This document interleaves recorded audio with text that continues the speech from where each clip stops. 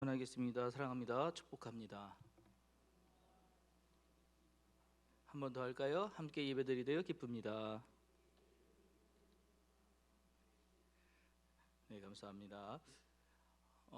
상실이라는 말이 있습니다. 상실, 다들 아시겠는데 이게 사전적 의미는 이렇습니다. 어떤 사람과 관계가 끊어지거나 헤어지게 되는 걸 상실이라고 합니다. 그리고 또 하나, 어떤 것이 가지고 있던 어떤 물건이죠, 아주 없어지거나 사라지는 것도 상실이라고 합니다. 그래서 이 상실을 느끼는 마음, 그걸 뭐라고 할까요? 잃어버린 마음을 느끼는 걸 쉽습니다. 상실감. 네, 상실감. 오늘은 이 상실감이 주된 이야기입니다. 코로나19로 인해 우리는 많은 어려움들을 겪었습니다. 2019년 이 코로나가 발병된 이후로 우리의 많은 부분들에서 상실이 일어났습니다. 그래서 가지고 있던 것들, 할 수 있었던 것들이 제한되고 또 어려워지고 이렇습니다. 그 가운데 조금 불편해진 부분도 있습니다. 지금 우리 성도님들이 앉아서 마스크를 쓰고 계시잖아요. 이런 부분이 이전에는 너무 쉬웠던 일들이잖아요. 우리가 서로 얼굴을 대하고 이야기하고 이렇게 쉽게 할 수 있던 일이 이 마스크 쓰므로 인해서 불편해진 일들이 있습니다. 또 하나, 이제 폐업 이런 것들을 하면서 자신이 가지고 있던 그 기반들을 잃어버리는 일들이 생기게 되었습니다. 그래서 문화로 보면 2017년부터 2020년까지 이 추이를 봤더니 문화 부분에 있는 폐업률이 2.8%에서 3.3%로 증가하였고요. 그다음 비수도권은 또 2017년에 3.3%였는데 2020년에 4.2%로 또한 증가를 하였습니다. 문화 부분에서 이렇고요. 더 크게 타격을 입는 데는 어디였을까요? 바로 식품 부분입니다. 그래서 식품 부분은 2017년에 8.6%가 폐업 이런 수준을 밟았고요. 2020년에는 7.9%. 추이가 좀 낮아지긴 했는데 그게 낮아졌다고 해서 이게 나아진 상황이 아니고요. 어려운 상황 계속 이어지는 가운데 단지 그 추이만 조금 줄어든 겁니다. 그 다음에 비수도권은 2017년에 6.6%에서 2020년에 5.9%까지 이렇게 또 줄어들긴 했지만 여전히 이 폐업률이 많이 있었습니다. 이 이야기는 꼭 뭐냐면 10가구 중에 한 가구는 폐업을 했다는 거예요. 10개의 점포 중에 하나는 폐업을 했다는 이야기가 됩니다. 코로나19로 인하여 이런 어려움들이 나타나자 이제 여러 가지 현상들이 나타나는데 가장 두드러지게 드러난 것은 이 두 가지인 것 같습니다. 하나는 불편함과 하나는 상실감입니다. 여러분, 근데 이 불편함과 상실감에 좀 차이가 좀 있습니다. 뭐냐? 불편함은 일어나서 안 되는 일이 벌어진 상황이 불편한 거예요. 그리고 상실감은 좋아하던 것을 할 수 없는 상황이 상실감입니다. 그래서 적정한 삶인가요? 이제 그런 책을 쓰신 제가 그분이 자꾸 교수님 생각이 안 나는데 그분이 이제 자기 책에서 이렇게 얘기하셨습니다. 불편한 거는 일어나서 안 되는 일들이 벌어졌는데 그걸 어떻게 비유했냐면 신발 속에 돌멩이가 들어간 거라고 표현을 하시더라고요. 신발 속에 돌멩이가 들어가면 여러분 어떻습니까? 걸어가실 때 편한가요? 아주 불편해져요. 그죠? 그러면 아주 좀 간단하게 이 불편함을 해소할 수 있는 방법도 여러분 바로 아시게 됩니다. 뭡니까? 신발 벗어도 돌멩이 빼내면 돼요. 이 이야기는 뭘 얘기하고 싶은 거냐면 불편한 거는 회복이 쉽다는 거예요. 조금 상황을 바꾸거나 여건을 바꾸거나 하면 이 불편함은 좀 개선할 수가 있습니다. 그러니까 여러분도 지금 느끼고 계신 마스크 쓰고 있어서 굉장히 불편하시잖아요. 이거 해결하는 거 아주 쉽습니다. 벗으면 돼요. 예, 벗으면 돼요. 아직 못 벗어서가 문제지 벗으면 됩니다. 근데 이거는 그래서 상실된 것이 아니라 우리의 자유를 상실한 것이 아니라 조금 불편한 것이에요. 근데 이 상실감은 조금 다릅니다. 뭐냐? 좋아하던 것, 내가 정말 갖고 있었던 그것 때문에 행복을 느끼던 것들을 할 수 없는 상황, 이렇게 된 거예요. 이런 것들은 상실인데 이거는 해결 방법이 조금 어렵습니다. 상실감을 해결할 수 있는 방법은 이 상실한 것 이전으로 되돌리든가 아니면 그 이상의 비슷한 것들로 채워져야만 가능합니다. 그래서 이 상실감이라는 것들은 우리가 뭔가를 한다고 해서 쉽게 또한 채워지거나 바뀔 수 있는 것은 아니기에 상실감을 잘 다스려야 합니다. 이 상실감을 잘못 다스리다 보면 여러 가지 안 좋은 부분들이 생기는데 우리가 이제 혹시 들어보셨는지 모르겠습니다. 코로나 블루라고 혹시 들어보셨나요? 코로나가 장기화되고 일상생활 여러 가지 제약이 생기면서 우울감이나 무기력을 호소하는 사람이 늘어나면서 생긴 용어가 바로 이 코로나 블루입니다. 그 블루를 붙일 때는 뭐냐면 우울증이나 무기력증 이런 것들 때문에 이 우울이라는 단어를 붙이는데 코로나 때문에 이 우울증과 무기력증이 많이 생기고 있다는 거예요. 아니나 될까요? 그래서 우리 공주도 그거에 의해서 되게 대처를 많이 세우려고 노력을 하시는 것 같아요. 그래서 코로나 걸렸던 사람들한테 정신적인 거 이런 거 도움을 줍니다 하면서 이렇게 문자도 보내주시고 하시더라고요. 그래서 이런 상실감을 잘 다스려야 되는데 이 상실감, 이 코로나 블루라고 하는 것들의 원인이 또 뭐냐? 사실은 이 상실감을 갖고 오는 것의 그 원인은 불안이라는 것이에요. 불안하기 때문에 이 상실감이 무서워지는 거예요. 불안하기 때문에 이 상실감이 더 크게 느껴지는 것입니다. 이 불안은 사실 변하기를 꺼려하는 마음인데 이 불안의 양면성이 있습니다. 이 불안은 한쪽 면에는 나태해지려고 하는 그 찰나 무언가를 할 수 있게 하는 힘이 이 불안이에요. 여러분들 만약에 내일 시험이 있다 그러면 오늘 밤새서라도 공부하시잖아요. 안 해보셨죠? 내일 뭔가 중요한 일이 있으면 오늘 준비를 다 해놓으려고 다 하는 마음들이 있습니다. 그게 불안해서 나오는 마음인데 그 반대의 마음이 또 있어요. 어떤 거냐면 어차피 이 미래에 내가 뭔가 해서 벌어질 거라면 차라리 안 변하고 지키려고 하는 마음들이 생겨요. 그래서 불안할수록 더욱더 뭔가 새로운 거에 도전하기보다는 고수하려고 그러고 자꾸 지키려는 마음, 그게 불안에서 비롯되는 두 가지 마음, 이래서 불안의 양면성이라고 합니다. 자, 그런데 이 불안 때문에 우울증이 생기고 이 불안 때문에 무기력증이 생기고 이 불안 때문에 이런 일들이 생긴다고 하면 이 불안을 해소하면 되잖아요. 아까 우리가 신발 속에 돌멩이 끊는 얘기도 했지만 이 불편한 것들, 상실감을 이런 것들을 회복하기 위해서는 그런 해결책을 알면 되잖아요. 자, 그럼 그 해결책을 어떻게 알아야 될까? 저는 성경에 있는 아브라함의 이야기를 통해 여러분에게 그 해결책을 이야기해 드리려고 합니다. 아브라함의 이야기는 잘들 아시죠? 아브라함은 갈대아 우르에서 살다가 하나님의 부름을 더해 75세에 갈대아 우르 땅을 떠나서 이 가나안 땅으로 돌아온 사람입니다. 그에게는 롯이라는 조카가 있었습니다. 이 롯은 동생 하란의 아들로서 하란이 일찍 죽고 이제 맡아서 아들처럼 길러쓴 조카예요. 둘은 같이 이 두 가족이 이제 같이 이제 가나안 땅으로 들어오게 됐는데 이들이 온 가나안 땅이 젖과 꿀이 흐르는 땅, 정말 그런 땅으로 알고 왔는데 와 보니 기근이 있었어요. 좋은 땅이 아니기에 점점 더 살기 좋은 땅을 찾아볼 수밖에 없었어요. 그래서 찾다 보니 애굽 땅이 좋아서 애굽까지 내려가게 됩니다. 그 땅에서 애굽에서 혹시나 생명의 위험을 당할까봐 이제 사례를 갖다 누이라고 부른 다음 이런 일관의 일들을 통해 가지고 아브라함은 이 바로에게 재산을 얻게 되죠. 그래서 부가 이게 창출이 돼요. 이로 인해 많이 부자가 됐는데 그것으로 끝난 것이 아니라 부자가 됐을 때 이제 문제가 생기기 시작을 했습니다. 뭐냐면 그렇게 사랑하던 조카 롯, 그렇게 아끼던 조카 롯과 아브라함의 이 목자들이 이 싸움이 나기 시작한 거예요.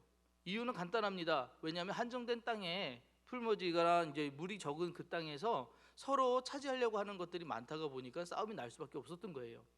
그래서 창세기 16장 6절에 그 땅이 그들이 동거하기에 넉넉하지 못하였으니 이는 그들의 소유가 많아서 동거할 수 없었습니다. 이 상황을 아브라함이 보니까 이래 됐다간 그냥 두었다간 롯과 나의 관계도 이게 좋지 않겠구나 싶어가지고 롯을 불러서 이야기합니다. 롯, 너에게 선택권을 줄게. 네가 좌하면 나는 우하고 네가 이쪽을 택하면 나는 저쪽을 택할게. 이런 식으로 하며 땅을 양보를 해요. 그 땅을 양보를 했을 때 여러분 아시죠? 어른이 먼저 한 번 들어라고 얘기를 하면 아랫사람은 뭐라고 대답해야 됩니까? 감사? 아이고 감사합니다 이렇게 합니까? 아니죠. 아니 먼저 드세요라고 하는 게 맞지 않습니까? 근데 성경에 그런 이야기가 이런 방법 없고 롯이 보니까 좋은 땅을 고르기 시작을 했어요. 그래서 수알 땅, 소돔 땅이 이 땅이 좋아 보이니까 저 땅을 갖겠습니다라고 얘기를 한 거예요. 자, 아브라함이 이 롯에게 이 이야기를 물어봤을 때, 진짜 아브라함은 롯을 보내고 싶어서 이야기를 했었을까? 아닌 것이 계속해서 나옵니다. 이 아브라함은 솔직하게 롯이 정말 자기와 함께 머물러 주길 바랬어요. 왜냐하면 그가 자기의 후계자라고 믿었고 나중에 자기의 모든 것들을 그가 이제 상속받아야 될 거라고 믿었기에 자식처럼 여겼던 것입니다.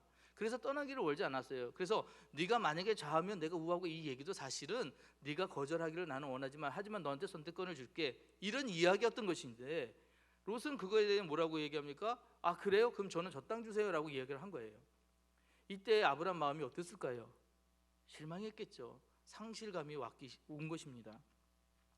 그 상실감으로 끝난 것이 아니라 마음이 너무 무너져 있을 때, 그때 정말 롯이 떠나고 나서 하나님이 먼저 오십니다. 그래서 아브람에게 하신 얘기가 뭐냐면 13장이 이제 14절 이후로 계속 나오는 얘기인데, 자, 내가 내게 자식을 줄 건데 땅의 티끌과 같이 티끌 같게 하리니 사람이 땅의 티끌을 등이 셀 수 있을진데 내 자손도 세리라, 이렇게 얘기를 하시면서 또 뭐라고 얘기를 하시냐면은 너는 일어나 그 땅을 종과 횡으로 두루 다녀보라, 내가 그것을 내게 주리라, 이렇게 이야기를 하셔요. 그러니까 땅 때문에 문제가 됐으니까 내가 땅 문제 해결해 줄게 라고 얘기를 하시는 거예요. 자, 근데 이 이야기를 어떻게 시작을 하셨느냐? 14절에 롯이 아브람을 떠난 후에 여호와께서 아브람에게 이르시되 너는 눈을 들어 너 있는 곳에서 북쪽과 남쪽 그리고 동쪽과 서쪽을 바라보라. 보이는 땅을 내가 너와 내 자손에게 주리니 영원히 이르리라. 이 모든 땅, 네가 바라보는 모든 땅을 준다고 말씀하시는 거예요. 그리고 나서 하신 얘기가 이 13장 17절 말씀인데, 여러분 이 이야기 그냥 들으시지 말고 한번 잘 들어보세요. 너는 일어나 그 땅을 종과 횡으로 두루 다녀보라, 내가 그것을 내게 주리라 라고 이렇게 이야기하셨는데, 이 땅을 종과 횡으로 두루 다녀보라고 얘기했어요. 다녀본다는 게 뭐야? 밟는 거죠. 그 땅을, 내가 밟는 모든 땅은 너한테 줄게 라고 하는 약속을 하시는 거예요. 자, 여러분 이런 이야기를 들으셨으면 네가 그 땅을 밟으면 너한테 줄게 라고 했을 때 여러분 어떻게 하시겠습니까? 빨리 나가서 땅 밟아야 되지 않겠어요? 북이든 남이든 종이든 해도 하여튼 뛰어가면서 하여튼 최대한 많이 밟아야 내 땅 될 거 아닙니까? 그죠? 그래서 막 나가가지고, 저 같으면 그랬을 거라고요. 막 나가서 그 땅을 밟아야 될 건데 아브라함의 태도가 조금 이상합니다. 이런 하나님의 약속의 말씀을 듣고도 네 하고 그냥 어디로 가냐? 자기 막사로 들어가요. 이에 아브라함이 장막을 옮겨 헤브론에 있는 마므레 상수리 수풀에 이르러 거기 거주하면 거기서 여호와를 위하여 제단을 쌓았더라, 이렇게 얘기합니다. 지금 이 약속의 이야기를 듣고 지금 먼저 해야 될 게 뭐냐면, 야, 하나님이 나한테 땅을 준대, 그럼 빨리 밟아야지, 이게 아니라 아유 그러신단다 하고 지금 뭐에 마음을 두고 있냐면 그냥 자기 장막으로 들어간 거예요. 어떤 모습인지 이해가 되세요? 아브라함이 지금 마음이 어디 있느냐? 땅에 있는 게 아니에요. 롯에게 있었던 거죠. 롯이 떠난다니까 이 상실감 때문에 아무것도 지금 못하는 상황인 거예요. 하나님이 약속의 말씀을 주셔도, 하나님이 뭔가 해주신다고 해도 예 하시겠지요, 네, 그러나 내 마음은 불편합니다, 이 이야기를 지금 이렇게 드러내고 있는 것입니다. 또 한 이야기가 있습니다. 14장에 가보시면 이렇게 땅을 골라서 갔던 소돔 땅으로 갔던 이 롯이 잘 지냈으면 문제가 없을 텐데 그 땅에 문제가 생겼어요. 뭐냐 하면 당시의 신할 왕 아므라벨과 엘라살 왕 아리옥과 엘림 왕 그돌라오멜과 고임 왕 디달, 이렇게 한 팀이 되고요. 소돔 왕 베라와 고모라 왕 비르사, 아르마 왕 시납, 스보임 왕 세메델, 그리고 벨라 왕 소알 왕이 이렇게 두 팀이 나눠져 가지고 서로 전쟁이 일어난 것이에요. 근데 이 과정에서 이 롯이 머물고 있던 소돔 땅이 집니다. 그래서 포로가 돼서 잡혀가요. 지금 이 단으로 지금 끌려가가지고 지금 포로가 되어 있는 상황에 도망쳐 나왔던 히브리 사람 한 사람이, 가나안 사람 한 사람이 이제 이 아브라함에게 와서 뭐라고 얘기를 하냐? 당신 조카 롯을 내가 보았습니다. 그도 이제 노예로 지금 끌려가고 있습니다라고 얘기를 한 거예요. 이 이야기를 들었을 때 아브라함이 당장 일어나가지고 뭘 했냐?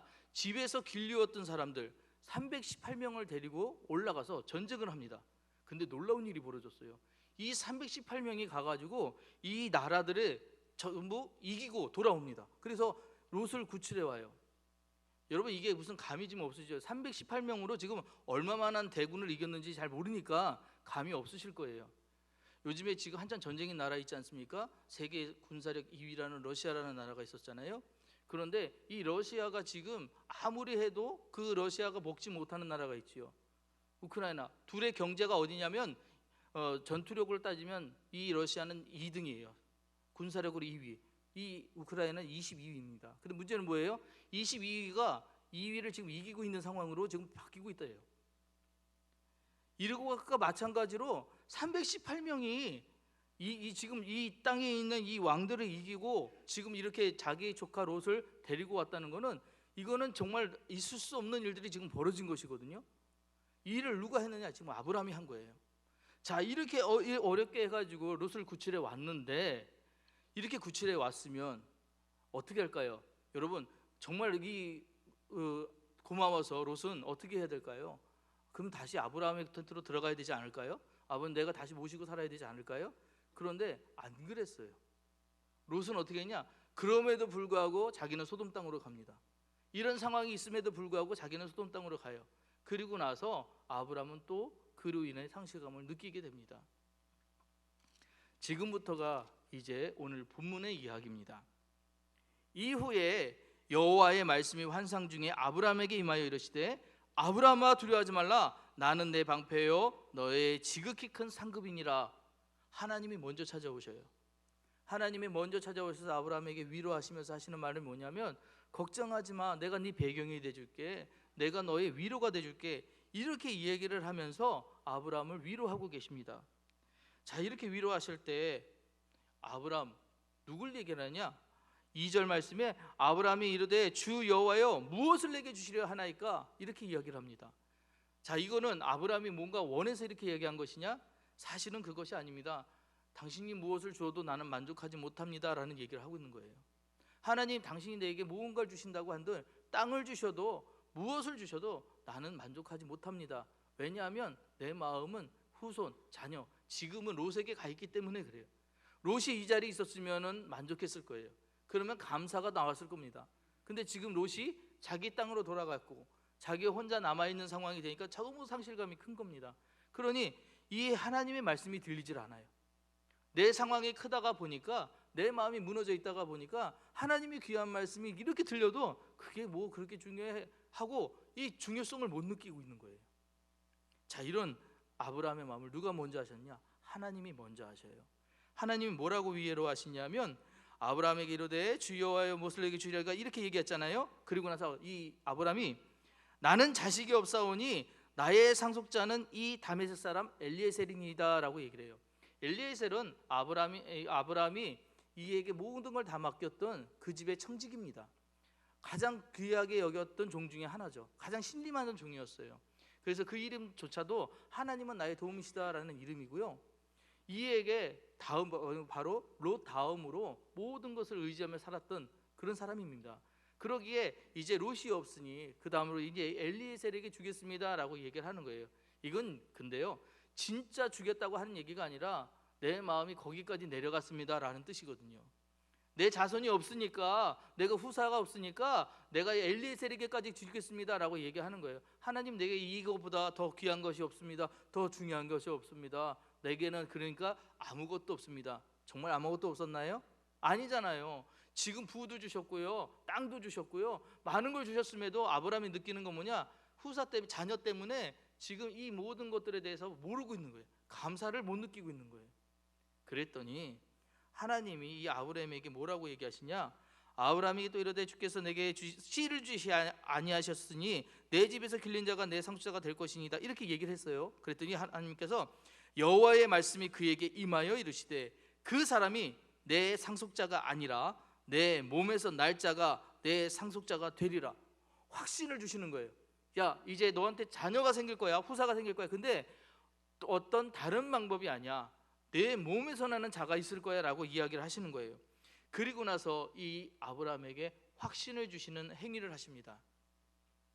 그를 이끌고 밖으로 나가 이르시되, 하늘을 우러러 무뼈를 셀 수 있나 보라. 또 그에게 이르시되, 내 자손이 이와 같으리라 라고 얘기하셔요. 하늘의 별을 봐라. 너 얼마나 네 자손들이 많이 생길지 모르겠지, 얼마나 네 자손들이 충만해질지 모르겠지, 내가 그것을 가시적으로라도 보여줄게, 나와봐 하고 보여주신 게 뭐냐? 하늘의 별을 보여주신 거예요. 이렇게 많아질 거야. 그때 아브라함이 조금 바뀌어요. 아, 내 후손들이 이렇게 많아질 것이라고? 내 자녀들이 이렇게 많아질 것이라고? 그리고 나서 그 마음이 녹습니다. 그래서 6절에 아브라함이 여호와를 믿으니 여호와께서 그를 의로 여기시고, 이렇게 합니다. 여기에 중요한 말씀은요, 아브라함이 여호와를 믿으니예요.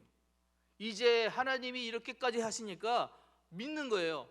아, 하나님께서 하늘의 별처럼 나에게 자녀를 많이 주신다는구나, 저렇게 내게 약속을 해주시는구나. 하나님이 어떤 분이신데 그 인간 아브라함에게 오셔서 이와 같이 엄청난 이야기를 해주시겠느냐고요. 이거 아브라함 자체도 지금 상실감 때문에 하나님이 보이지 않았지만 이렇게까지 하시는 걸 보고 이제 내가 더 이상 이렇게 가는 게 아니구나, 내가 잘못했구나 깨닫기 시작한 게 뭐냐? 그를 믿으니에요. 아브라함이 여호와를 믿은 거예요. 그 믿음이 이제 변화를 주는데 엄청난 변화가 시작이 돼요. 아브라함이 여호와를 믿으니 여호와께서 그를 의로 여기시고 할 때 이 믿으니가 아만이라고 합니다. 히브리 말로 이 아만은 지속하다, 지탱하다, 영구적이다, 마르지 않다. 그리고 이것을 연결해서 이 말씀의 내적인 의미가 뭐냐면 하나님의 말씀을 안으로 간직하다라는 뜻이 있어요. 하나님의 말씀을 안으로 간직하다. 아브라함이 여호와를 믿었다라고 하는 것은 당장에 여기 있는 것을 믿은 게 아니에요. 당장에 이루어진 뭔가를 믿은 것이 아니에요. 안으로 이제 그 말씀을 내가 하나님이 해주신다고 했으니까 나는 이제 걱정할 거 없다, 이렇게 된 거예요. 난 더 이상 이제 고민할 게 없다 하고 마음을 다잡은 것이죠. 그렇게 다잡고 나서 뭘 했느냐? 이제 그 말씀을 항상 마음에 두고 생활을 하다 보니 바뀌기 시작하는 거예요. 말씀이 살아 움직이기 시작하는 거예요. 말씀이 능력이 되기 시작하는 거예요. 이것을 체험하게 된 것이죠. 아브라함이 진짜 이래서 여러분 아시잖아요. 이후에 그래서 100세에 아브라함이 자식을 얻잖아요. 그리고 아브라함에게는 복의 근원이 될 거라, 넌 복이 될 거야 라고 얘기하셨고 실제로 그 일들이 일어났잖아요. 그리고 나서 그 일로 끝내신 것이 아니라, 자, 너하고 나하고 우리 니들이 하는 방법대로 약속을 하자 하면서 언약을 하십니다. 저 그림 잘 보이시나요? 잘 안 보이실 수도 있는데 땅을 이렇게 계곡처럼 이렇게 골짜기를 하나 파놔요. 이렇게 고랑을 하나 파놔요. 골짜기가 아니라 고랑을 하나 파놔요. 그리고 나서 동물을 절반을 가릅니다. 그래서 한쪽은 이쪽, 한쪽은 이쪽. 자, 그래서 하나님께서 명령하셨던 것이 뭐냐면 3년 된 암소와 3년 된 암염소, 3년 된 순양과 산비둘기, 집비둘기 새끼를 가지고 오라고 이야기를 하세요. 이것들을 가지고 뭘 하냐면 양쪽에다가 반으로 쪼개서 이렇게 펼쳐놓습니다. 펼쳐놓고 뭘 하느냐? 이제 이게 고대 중동의 약속의 방법인데 양쪽에다가 펼쳐놓고 그 가운데에 약속하는 두 사람이 지나가게 돼 있어요. 그 지나가면 뭘 하냐? 이게 너하고 나하고 언약이다 이런 거예요. 옛날 지금처럼 도장을 찍거나 뭐 그러는 것이 아니라 어떤 행위를 하면서 서로 약속을 하는 거예요. 그 약속이 뭐냐? 재물들을 양옆에 펴놓고 그 가운데를 지나갑니다. 자, 여러분 양옆에 재물들을 펴놓고 지나갈 때 어떤 마음으로 지나갈까요? 이 약속이 파기되면 어떻게 되겠다고요? 너도 쪼개져라는 의미예요. 그 약속을 깨야 될까요? 안 깨야 될까요? 못 깨죠. 무서워서. 두려워하는 마음으로 약속을 지켜야 한다라는 의미로 이렇게 약속을 이제 언약을 했다고 합니다. 그래서 이렇게 양쪽에 동물들을 펴놓고 나서 이 가운데 이제 지나가게 해 놨는데, 이 약속은 사람과 사람의 약속이 아니잖아요. 하나님과 이 아브라함의 약속이었습니다. 그러니 이 가운데 하나님이 오셔야 되는데 하나님이 지금 없다 보니까 하나님을 기다리고 있는 거예요. 아브라함이 이제 기다리다가 보니까 시간이 지나서 해가 졌습니다. 그 전에 솔개가 와가지고 이 언약에 있는 음식들을 다 잡아 채가려고 막 이렇게 해요. 그때마도 기다리면서 이 솔개들을 치우면서 정말 이 약속이 이루어질까 하고 기다리고 있던 그 찰나에 해가 져서 어두울 때에 연기 나는 화로가 보이며 타는 횃불이 쪼갠 고기 사이로 지나가더니 엄청난 일이 벌어진 거예요. 하나님께서 그 가운데를 지나가신 거예요. 아브라함, 내가 너하고 약속을 할 거야. 뭐냐? 내가 너희들이 하는 저 언약의 방법대로 너하고 약속을 할 거야. 자, 그 약속이 뭐죠? 하늘의 별과 같이 너의 후사를 줄 거야 라는 그 약속이잖아요. 이 약속을 직접 하나님께서 우리에게 해주셨다는 거예요. 아브라함에게 해주셨다는 거예요. 자, 그러면 이 이야기가 오늘 우리에게 주는 의미는 뭘까요? 아브라함에게만 이거를 보여주신 것이 아니라는 것이죠. 하나님은 어떠냐? 우리에게 항상 이렇게 약속하시는 분이시라는 거예요. 인간의 약속은 가끔 깨지기도 하죠. 약속은 깨지기라고 있는 거라고 누가 장난식으로 얘기도 하더만요. 약속은 깨지기도 하고 틀리기도 하고 그러기도 합니다. 하지만 하나님의 약속은요, 변할 수가 없어요. 하나님의 약속은 잘못될 수가 없어요. 하나님이 저렇게 약속하셨으니 저렇게 해주시겠다는 거예요. 그게 하나님이십니다. 그게 우리가 믿는 하나님이에요.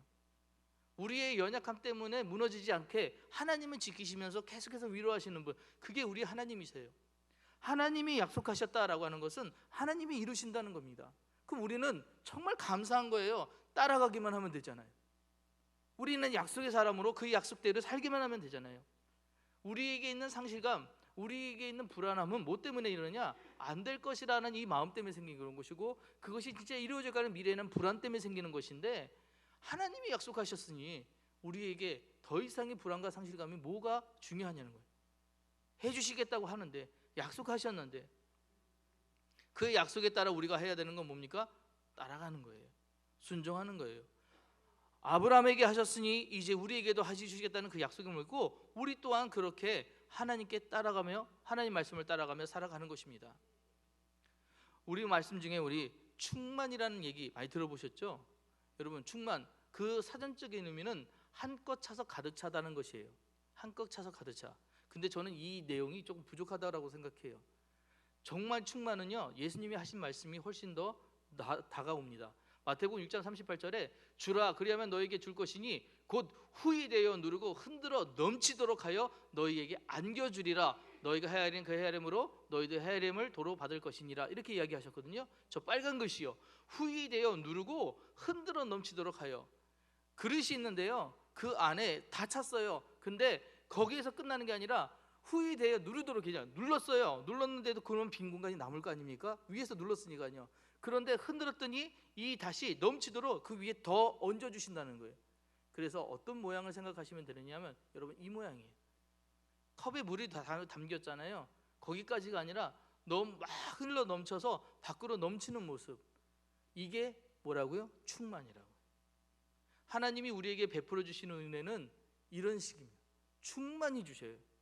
절대로 대충 조금 만족하게 주시는 게 아니라 항상 넘치도록 주신다는 거예요. 그러니 우리가 해야 되는 건 뭘까요? 그 약속의 말씀을 정말 믿고 살아가는 거예요. 진짜 가슴에 놓고 살아가는 거예요. 하나님이 말씀하셨으니, 하나님이 약속하셨으니 그 약속의 말씀들은 정말 내게 반드시 이루어질 거야 라고 생각하시며 이 땅에 조금 더 여유롭게 사시는 거예요. 불안하실 필요 없어요. 걱정하실 필요 없어요. 물론 삶을 살다가 보면은 계산도 해야 되고 따지기도 해야 되고요, 하시겠지만 그 모든 일들 가운데 하나님의 은혜를 느끼시는 순간 그 모든 것들이 다 부질없다는 것을 알 수 있습니다.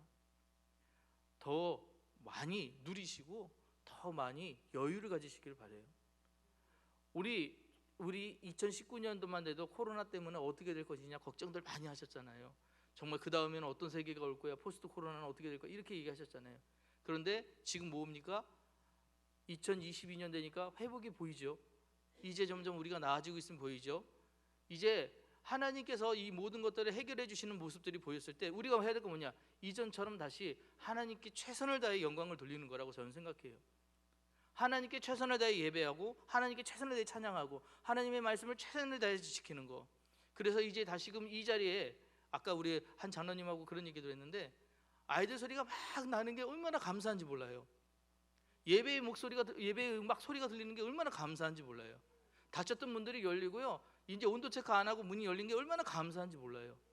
그 감사를 누리시는 거예요.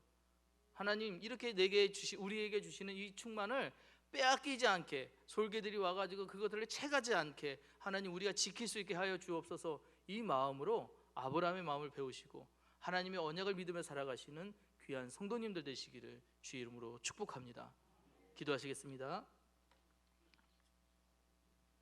사랑의 하나님 아버지, 코로나19와 여러 가지 삶의 무게로 힘겨워하는 모든 성도들에게 언제나 위로가 되시고 힘이 되시고 능력이 되시는 주님께 무한 감사를 드립니다. 아브라함에게 약속하여 주셔서 확신케 하셨던 것처럼 우리에게도 동일한 은혜를 주옵시고 그 약속을 믿어 날마다 승리하는 거룩한 성도들이 되게 하여 주옵소서. 이제 이전의 모든 일상들과 모임들을 회복시켜 주시고 다시금 부흥발전 도약하는 교회와 성도들이 되게 하여 주옵소서. 하나님의 기쁨이 되고 세상의 모범이 되는 우리의 삶이 되게 하여 주옵소서. 그 누구보다도 확실하시고 신실하신 우리 주 예수 그리스도 이름으로 기도합니다. 아멘.